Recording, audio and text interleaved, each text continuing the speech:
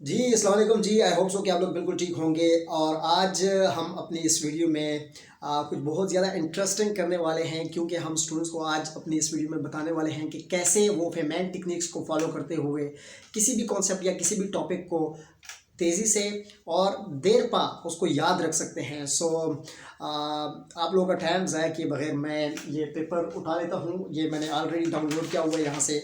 और ये मैं वन बाय वन वो स्टेप जो है जिनके ऊपर हमने किसी टॉपिक या किसी कॉन्सेप्ट को फिल्टर आउट करना है, तो वो टेक्निक्स यहाँ पर लिखे हुए हैं जिसको मैं वन बाय वन बताऊंगा आप लोगों को, एंड एक्सप्लेन भी करूँगा साथ साथ। सो आप अपना पेपर और अपना पेन उठाएं और साथ साथ लिखें, और उसके बाद उन स्टेप्स को अपने टॉपिक के ऊपर अप्लाई करें, अपने प्रैक्टिकल लाइफ में अप्लाई करें कि कैसे वाकई में ये काम करती है या नहीं करती। सो ऑब्वियसली मैंने इसको देखा है पिछले 3-4 दिनों में। सो ये काम कंप्लीटली कर रही है, ऐसा ही है। फिर मैंने अपनी टेक्निक्स बताते हुए अल्बर्ट आइंस्टाइन की कोटेशन को यहाँ पर पुट डाउन कर रहा है, और वो कहता है कि if you can't explain it simply it means you don't understand it well enough. कि अगर आप किसी चीज़ को आसानी से आसान अल्फाज में एक्सप्लेन नहीं कर सकते, इसका मतलब ये है कि वो टॉपिक आपको ठीक समझ नहीं आया है, आप उसको ठीक से समझे नहीं है कि वो दरअसल क्या रहा है। If you want to understand something well, try to explain it simply, right? By attempting to explain a concept in simple terms, you will quickly see where you have a good understanding of that concept. You will also be able to just instantaneously pinpoint your problem areas, right? Because they will be the areas where you either get stuck or where you end up restoring to using complex language and terminology regarding that concept, regarding that topic. So the very first step that you must follow is for learning fast and for long term. So the very first step is orient, यानी आपको simp का पता होना चाहिए, topic या problem area का simp पता होना चाहिए, एंड सेट अ गोल।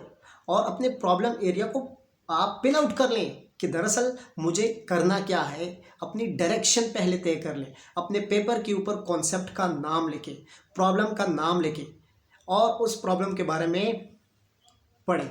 जितना आप रफ मटेरियल पढ़ सकते हैं उसको पढ़ें, जितना आपके पास अवेलेबल है, जितना आप उसको मज़ीद डिग आउट कर सकते हैं डिग आउट करें, मटेरियल निकालें।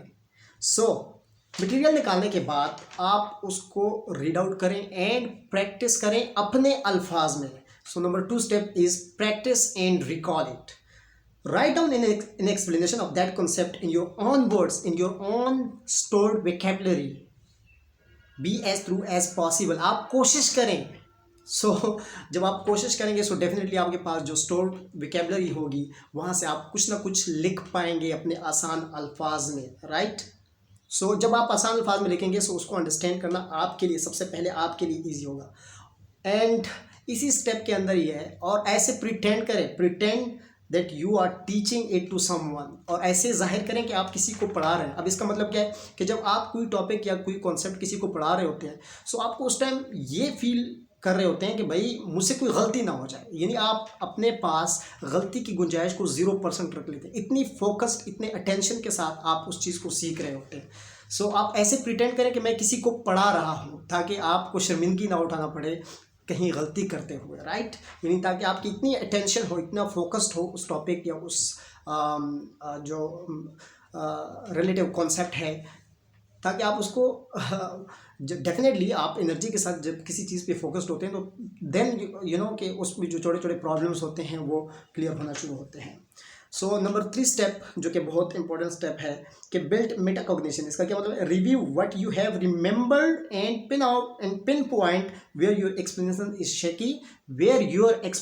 Shaky, weak are his gaps. यानी कि आप उसको दोबारा क्या करें, रीड आउट करें, दोबारा उसको पढ़ें और देखें कि कहाँ पर आपकी एक्सप्लेनेशन, कहाँ पर आपकी अंडरस्टैंडिंग वीक है, शेकी है, एंड आप समझते हैं कि इसको मुझे दोबारा सीखना है। दोबारा उसको सीखने की कोशिश करें, राइट? और जो चौथा स्टेप है ये ऑप्शनल है, यानी ये 3 स्टेप अगर आप फॉलो करेंगे डेफिनेटली किसी भी कॉन्सेप्ट या किसी भी टॉपिक को आप इजीली समझ सकते हैं। चौथा स्टेप जो है वो ऑप्शनल है, उसको आप अगर चाहें तो करें, अगर करेंगे डेफिनेटली उसका एक अलग से आपको बेनिफिट होगा, और वो बेनिफिट ये है कि उसको मज़ीद दोबारा अपने आसान अल्फाज में लिखने की कोशिश करें और प्रिटेंड करें कि मैं फिर किसी को पढ़ा रहा हूँ उसको, राइट। और अगर ये ना भी करें तो पहले 3 स्टेप्स काफ़ी है, इनफ है किसी भी टॉपिक या किसी भी कॉन्सेप्ट को समझने के लिए। थैंक यू सो मच, और मेरे साथ जुड़े रहिएगा। मैं ऐसी वीडियोस बनाता हूँ जिसकी वजह से डेफिनेटली मेरे स्टूडेंट्स को किसी न किसी एंगल से ज़रूर फ़ायदा होता है। Thank you so much and अल्लाह हाफिज़।